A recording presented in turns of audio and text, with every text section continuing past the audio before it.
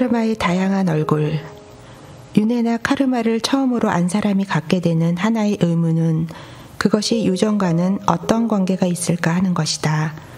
유전에 대해 밝혀진 많은 사실들은 카르마의 추정적 사실들과 모순되는 것처럼 여겨질지는 모르지만 사실은 조금도 모순되지 않는다.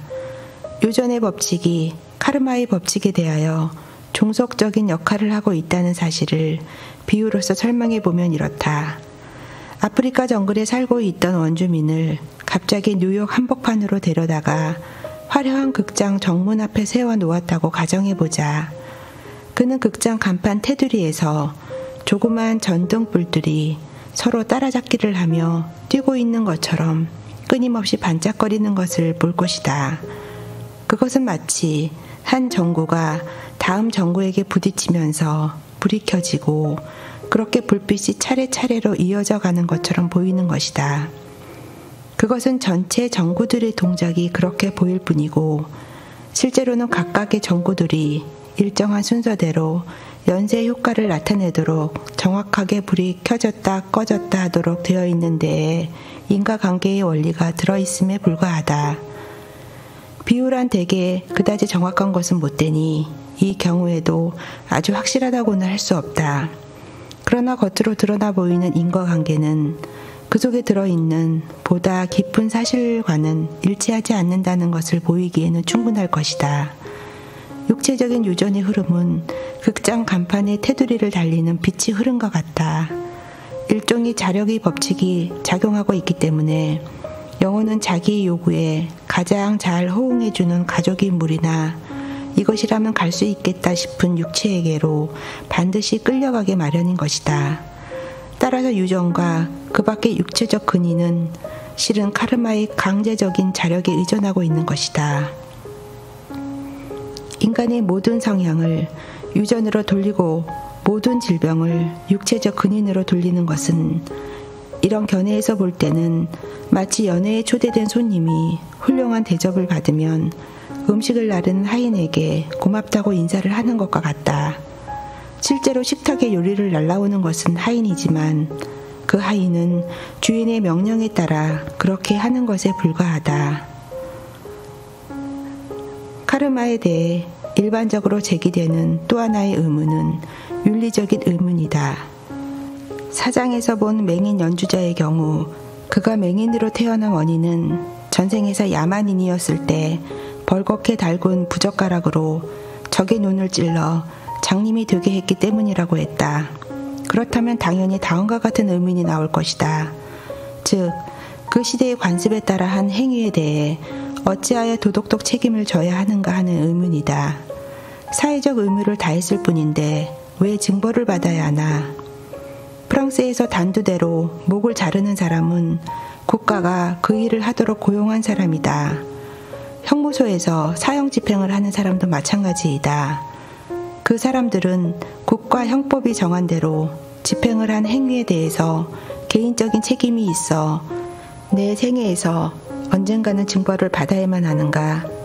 만약 이에 대한 대답이 아니다라면 페르시아의 야만인이 적군 포로의 눈을 멀게 한 것도 이것과 다를 것이 없지 않은가 하고 묻고 싶어질 것이다. 그것은 지당한 의문이다. 이런 의문에 대한 해답을 부분적으로는 이미 제11장에서 말했다. 즉 카르마를 결정하는 것은 행위가 아니라 동기이며 말이나 글이 아니라 정신이라는 것이다. 그런데 이에 더하여 사회적인 죄라는 것도 있다고 생각할 수는 있을 것 같다. 왜냐하면 만약 사회의 관습이 최종적인 의미에서 잘못된 것이라면 그 사회를 이루고 있는 구성원들은 모두 어느 정도 그 죄를 나누어 갖고 있기 때문이다. 만약 궁극적 의미에서 남을 노예로 삼거나 죽이거나 상처를 입히는 것이 잘못이라면 그런 사회에 속하는 모든 사람에게 죄가 있는 셈이다. 적극적으로는 죄가 없다 할지라도 소극적으로는 있는 것이다. 그리고 그 죄는 만약 그 사회 구성원들이 그런 관습이 갖는 도덕적 의의를 자각하고도 악을 제거하지 않고 그대로 방치한다면 더더욱 커질 것이다. 또한 그들이 그런 조건 하에서 적극적으로 악을 행한다면 그들의 죄는 그만큼 더 커질 것이다. 종족 간의 싸움에서 어쩌다 포로가 된 적의 눈을 부젓가락으로 찌르는 따위는 분명히 잔인한 행위이다. 만약 그런 일을 맡은 사람이 그런 잔인한 행위를 스스로는 하기 싫지만 종족에 대한 의무 때문에 어쩔 수 없이 했다면 아마도 그가 카르마의 징벌을 받는 일은 없을 것이다. 그러나 만약 그가 내심으로 그런 행위를 시인하고 있었다면, 즉 그런 관습이 잔인성과 상통하는 인간성을 그 자신이 지니고 있다면 그는 카르마의 원인을 지어놓게 될 것이다. 윤회를 믿는 사람 가운데는 인과관계가 모두 과거에 있다고 오해하는 사람들이 있다. 즉 그런 사람은 현재의 불행이나 질병은 전생에서의 어떤 죄의 결과가 밖으로 나타난 것이라고 믿고 있는 것이다. 그러나 이것은 잘못된 믿음이다. 인과관계는 아주 가까운 과거에 있을 수도 있고 먼 과거에 있는 경우도 있다. 더구나 그 원인이 종류 내지 단계도 육체적인 것, 감정적인 것, 정신적인 것, 윤리적인 것 등 모두 다르다. 그 밖에도 고려해야 할 것은 적어도 KC 리딩을 기초로 한다면 우연이라는 요소가 만물이 창조되는 데에도 확실하게 있을 수 있다는 점이다. 때로는 출산 때의 손상이나 그 후의 생활에서 다치고 상처가 나는 것은 그 사람 자신이 지어놓은 원인과 본질적으로 아무런 관계가 없다는 의미에서 순전히 우연인 경우가 있는 것이다. 예를 든다면 10세 여자아이로 젖먹이 때부터 한쪽 눈이 멀고 귀가 들리지 않는 경우가 있다. 그 아이에 대한 피지컬 리딩의 일부를 인용해 본다. 참으로 딱한 상태로군요. 그러나 그것은 카르마가 아니라 우연입니다. 간호사가 깨끗이 씻어주지 않았기 때문에 태어난 지 얼마 안 되고부터 그렇게 된 것입니다. 그때 쓴 방부제 같은 것을 잘 씻어내주지 않아 그것이 눈과 귀에 작용하여 염증을 일으켜서 그 기능이 망가진 것입니다. 출산 때 날카로운 핀셋을 쓰다가 상처를 내어 결국 정신 이상이 된 또 하나의 경우에는 다음과 같이 말하고 있다. 이것은 의사가 실수를 한 것입니다. 결국 이 일로 누군가가 비싼 대가를 지불해야 합니다. 이 사람은 참을성 있게 오래 치료를 해야 합니다. 그리고 되도록이면 환경을 바꾸어 주도록 하세요. 이따금 몸을 다친 사람이나 병자가 카르마의 원인이 있는 것이 아닌가 하고 물어오는 일이 있다.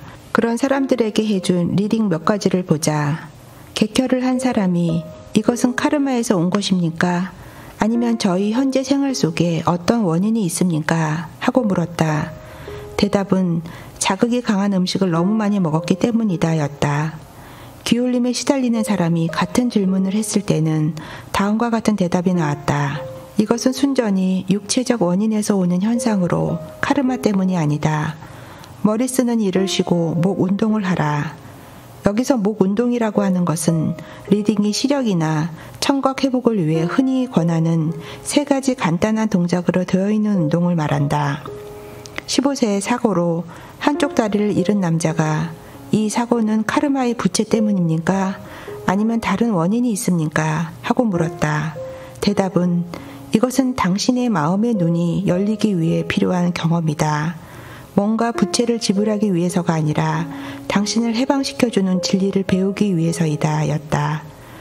진행성 근육 위축증을 앓고 있는 어떤 남성에게 대한 리딩은 다음과 같다.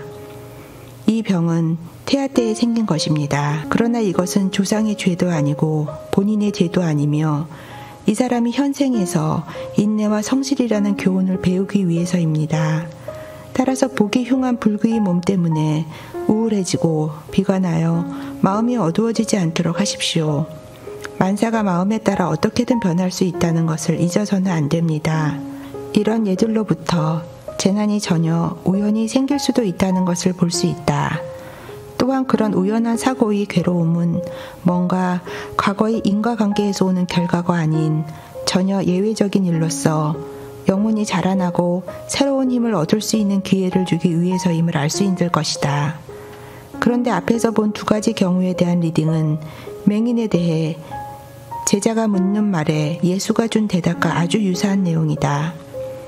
예수께서 길 가실 때에 날 때부터 눈먼 사람을 보신지라 제자들이 물어 가로되 랍비여, 이 사람이 맹인으로 난 것이 누구의 죄로 인함이옵니까?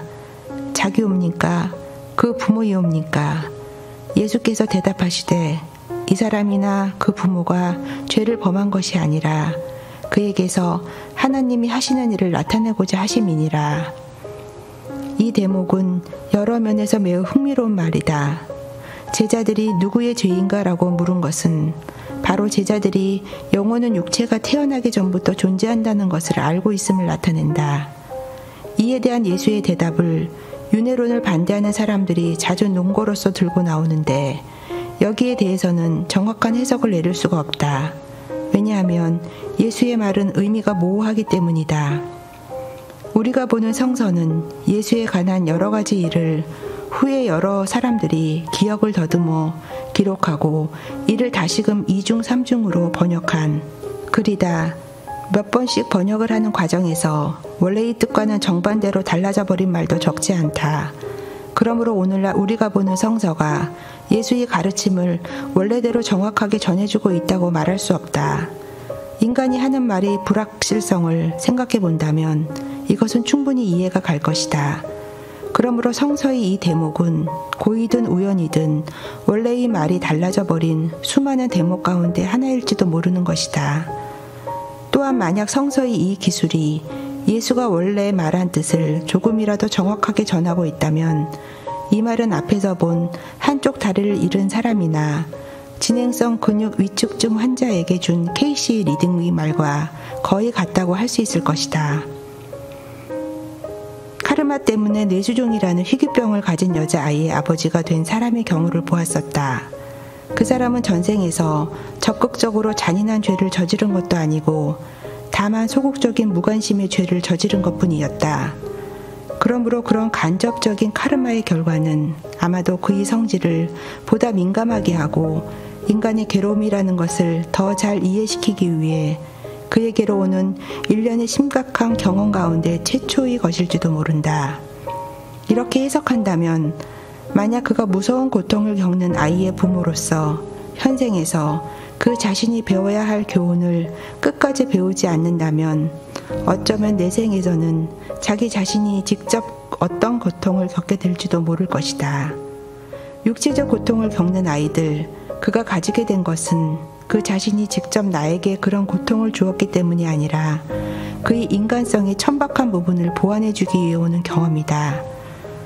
우리는 예수와 그의 제자가 만난 맹인과 한쪽 다리를 잃은 사람이나 진액성 근육 위축증 환자가 다 같은 이유로 괴로움을 겪는 것이라고 상상할 수가 있다. 아무튼 인생의 괴로움은 그것이 카르마의 원인이 있건 없건 항상 영혼의 성장 기회임을 인정해야 한다. 카르마를 결코 숙명이라고 해석해서는 안 된다. 그것은 맹목적이고 무자비한 힘이 아니라 카르마는 제어 회로가 달린 자동기계처럼 작용하지는 않는다. 카르마는 진정 정밀한 법칙이다. 그러나 그 목적은 길에서 벗어난 영혼을 다시 우주의 존재의 법칙에 어울리도록 이끄는 데 있다. 그러므로 만약 영혼이 스스로의 결점을 자각하여 의식적으로 자진해서 스스로를 조종한다면 그 노력으로 획득되는 진보는 카르마가 자동적으로 가져다주는 경험을 통해 이룩하는 진보와 대체로 같을 것이다. 카르마의 목적은 잘못을 바로잡는 데 있다. 말하자면 책을 인쇄하기 전에 원고에서 여기저기 잘못된 것을 정밀하게 교정하는 것과 같은 의미의 바로잡는 과정인 것이다. 만약 카르마의 진정한 목적이 이와 같은 의미에서의 교육이고 교정임을 깨닫는다면 그것이 가져다두는 징벌이 결코 멋대로의 무자비한 것은 아님을 이해할 수 있을 것이다. 따라서 자기가 놓인 고통스러운 처지 속에 들어있는 영적 교훈을 적극적으로 배우려는 노력 없이 다만 주어지는 징벌을 수동적으로 받아들이는 태도는 취하지 않게 될 것이다. 이런 점에서는 물체의 운동 법칙이 매우 깊은 뜻을 보여준다. 하나의 물체가 운동을 하기 시작하면 그것은 어떤 일정한 선을 따라 움직여 나간다. 만약 처음에 운동 방향과 다른 방향에서 다른 힘이 가해지면 그 육체는 새로운 선에 따라 운동을 하게 된다. 즉, 두 가지 힘의 합성력에 따르는 것이다. 이 경우 에너지는 전혀 손실되지도 않고 또 새로운 운동은 어떤 법칙에도 어긋나지 않는다. 한 방향의 힘이 다른 방향의 힘과 어울려서 물체의 운동 경로가 달라질 뿐이다. 카르마도 이와 마찬가지이다. 새로운 방향의 힘이 가해짐으로써 이때 새로운 힘이란 올바른 생각 및 올바른 행위이다. 원래 이 카르마의 방향이 달라지고 그 힘은 약해지는 것이다. 따라서 카르마에 대하여 될 대로 되라는 식의 태도를 취하는 것은 옳지 않으며 오히려 더 큰 고통을 불러들이는 태도인 것이다. 이것은 자기 자신을 돌이켜볼 때 납득이 되는 일이지만 그러나 남이 카르마에 대해 취해야 할 태도를 생각해보면 뭔가 새로운 윤리적 과제가 나온다. 이미 제11장에서 카르마의 작용을 인정하고 받아들이면 필연적으로 사회적 모순에 접어들게 된다는 것을 말했다. 전생에서 권력을 남용한 것이 현생에서 가난과 궁핍을 겪는 원인이 되어 있음을 몇 가지 예로 볼 수 있었다. 대부분의 비극적인 고통은 과거 생에서의 어떤 종류의 도덕적 태만에 기인한다는 것을 믿는다면 지금 괴로워하는 사람에게는 어떤 태도를 취해야 하며 남들이 사회적 상태에 대해서는 어떤 태도를 취해야 할까? 과학적 논리에 따라 당신은 당연히 받아야 할 괴로움을 겪고 있을 뿐이다. 당신이 당연한 보복을 받고 있는 것을 내가 간섭할 수는 없다고 얼른 외면해 버려야 할까? 또는 동정은 시대에 뒤떨어진 감상이며 사랑 역시 카르마의 원리에 따라 낡은 미덕이 되었다고 생각해도 좋은 것일까? 이런 의문에 대해 성급하게 또는 감정적으로 해답을 내려서는 안 된다. 만약 근시안적 감상가가 판사가 되어 극악무도한 살인범을 6개월 후에 석방해 주라는 판결을 내린다면 그 범인은 필요한 교훈을 배울 수가 없을 것이다. 아버지가 주는 정당한 벌을 어머니가 언제나 가로막아 준다면 아이는 더욱 나빠지기만 할 것이다. 불구나 불행이라는 모양으로 인간에게 가해지는 속박이 실은 우주의 교육 목적이 나타남이라고 믿는다면 우주의 법칙이 작용하는 것을 방해할 수는 없을 것이다. 예컨대 무서운 병에 걸리고 가난 속에서 허덕이는 불쌍한 사람이 있다. 그런 사람을 보면 동정심으로 가슴이 미어질 것 같다. 그러나 카르마에 기초한 견해를 안다면 그 고통받는 사람을 다른 각도에서 볼 수가 있다. 상상력을 과거로 돌린다면 현재라는 좁은 무대의 장막 뒤에 현재의 배우들이 다른 의상을 입고 다른 배역을 맡아 다른 시대에서 살고 있는 모습을 볼 수 있다. KC 파일의 예들로부터 유추한다면 다리를 움직일 때마다 경련을 일으키는 불쌍한 환자는 제정 러시아의 오만한 왕자였을지도 모른다고 상상할 수가 있다. 키가 크고 강하며 호색한이고 잔인하며 변태인 엄청난 재력 속에 버티고 있다. 그 부를 낳아주는 백석의 궁핍에 대하여서는 냉혹하고 무관심하며 자신의 힘을 알기에 남들에게는 거난하며 유욕을 만족시키는 데는 파렴치하며 그의 눈밖에 난 사람들을 학대하는 데는 무자비했던 것이 그의 과거 인간성이었을지도 모른다. 더구나 우리는 그의 주위에서 왕자의 포악한 변덕 때문에 시베리아 벌판으로 보내져 쓰러져간 사람들의 시체를 볼 수 있다. 패인 눈과 깡마른 얼굴에서 농노의 비참함과 굶주림을 말해주는 아이들이 보인다. 그 몸소리 쳐지는 지옥도를 볼 때 이 사나이가 언제 어디선가 자기가 저지른 죄값을 치르게 되었으면 하고 혼잣말을 하게 되는 것도 무리는 아닐 것이다. 그런 생각을 하다가 순간 우리는 현실로 돌아선다. 그리고 조금 전에 가슴이 미어지도록 동정했던 그 절름발이를 바라본다. 그 사나이에게 조금 전처럼 무조건 뜨겁게 동정할 수가 있을까? 그에게 내가 도와드릴까요? 라고 말할 수 있을까? 언젠가 윤회의 원리가 인정받게 된다면 끝내는 보편적인 표현으로 옮겨져야 하는 것이지만 이 하나의 예가 보편적인 표현으로 옮겨졌다고 생각해보자. 그때 우리는 나날의 삶을 살아가는 데 있어 당장 정면으로 되어야 할 아주 중요한 심리적, 윤리적, 사회적 문제를 발견하게 된다. 사회학 체계를 연구해 본 일이 있는 독자라면 이 문제가 적어도 한 나라, 즉 인도에서는 이미 어떤 해답이 나와 있음을 상기할 것이다. 이 문제는 윤회 사상을 접한 지 아직 일천한 서구인들이 보기에는 이제야 겨우 어렴풋이 드러나기 시작한 문제지만 인도에서는 몇 세기도 전에 이미 해결을 본 문제이다.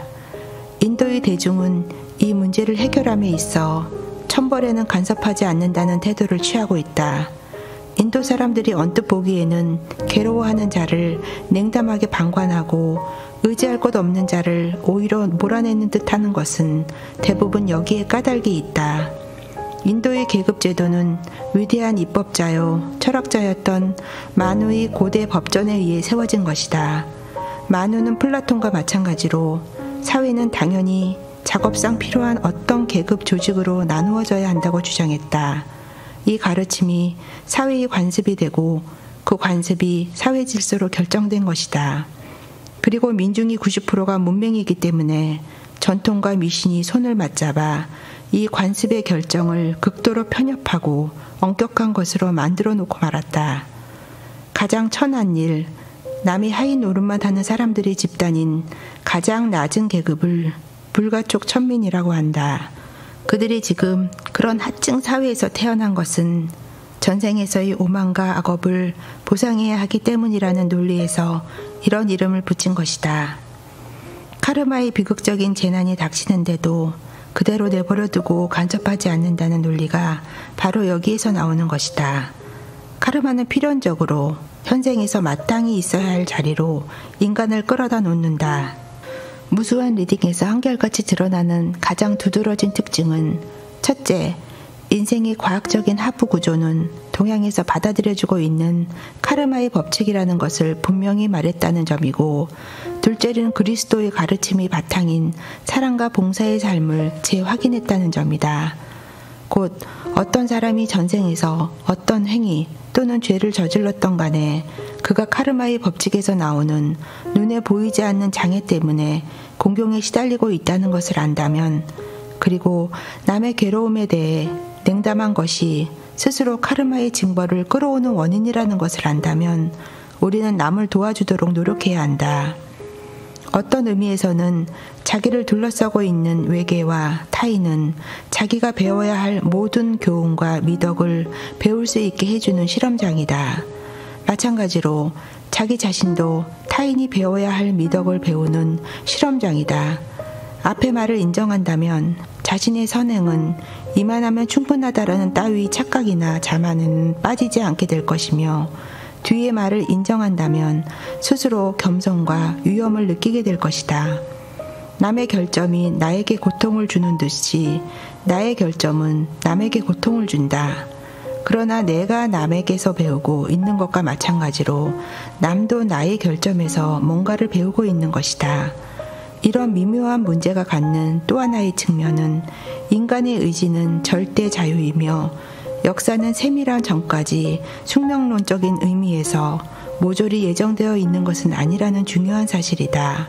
그러므로 괴로워하는 사람을 도우려는 우리의 노력은 그 괴로움이 육체적인 것이든 경제적인 것이든 사회적인 것이든 심리적인 것이든 우리 자신이 애타적 미덕에 있어 자기를 완성시키기 위해 필요한 경험일 뿐더러 남의 인생관이나 의식을 바꾸며 나아가서는 그의 인생 향로까지 훌륭하게 바꾸어줄 수도 있는 경험이기도 하다.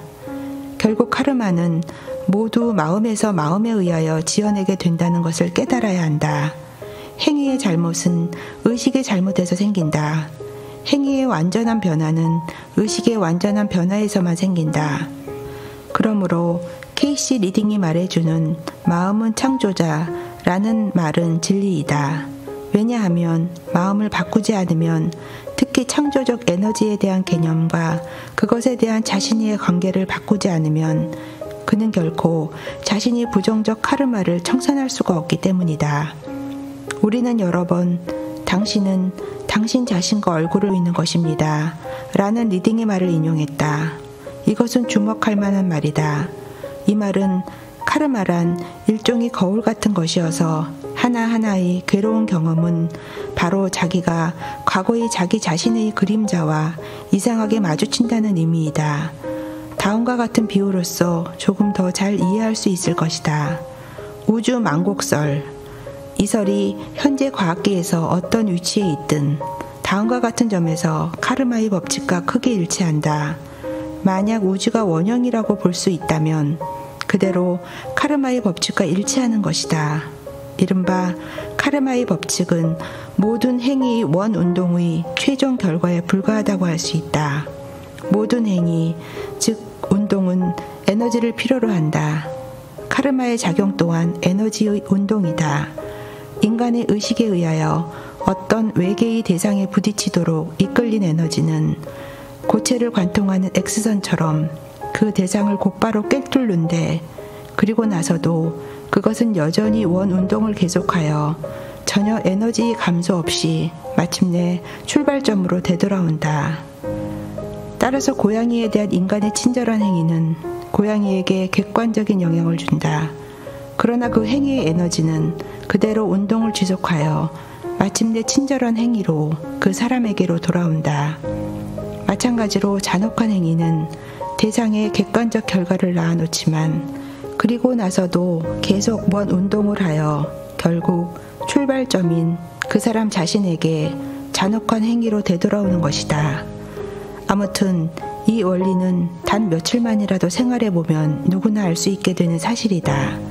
만약 남에게 행한 나의 모든 행위가 원운동을 하여 시발점인 나에게로 되돌아옴으로써 끝난다는 것을 인정한다면 내가 일으킨 어떤 운동, 곧 행위는 바로 그 행위 성질 그대로의 징벌을 받고 또 어떤 행위는 놀랍도록 직접적으로 고귀해진다는 것을 깨달을 것이다.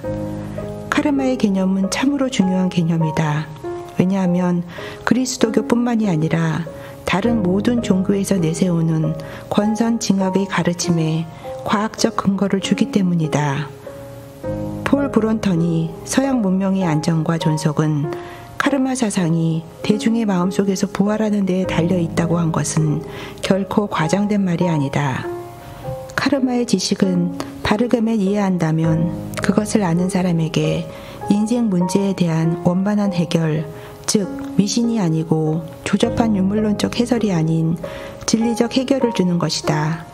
카르마 사상은 인간에게 인내와 모험의 용기를 준다. 인간은 정적이 아닌 동적 체관을 가지고 자신의 과거 행위의 결과를 받아들일 수가 있다.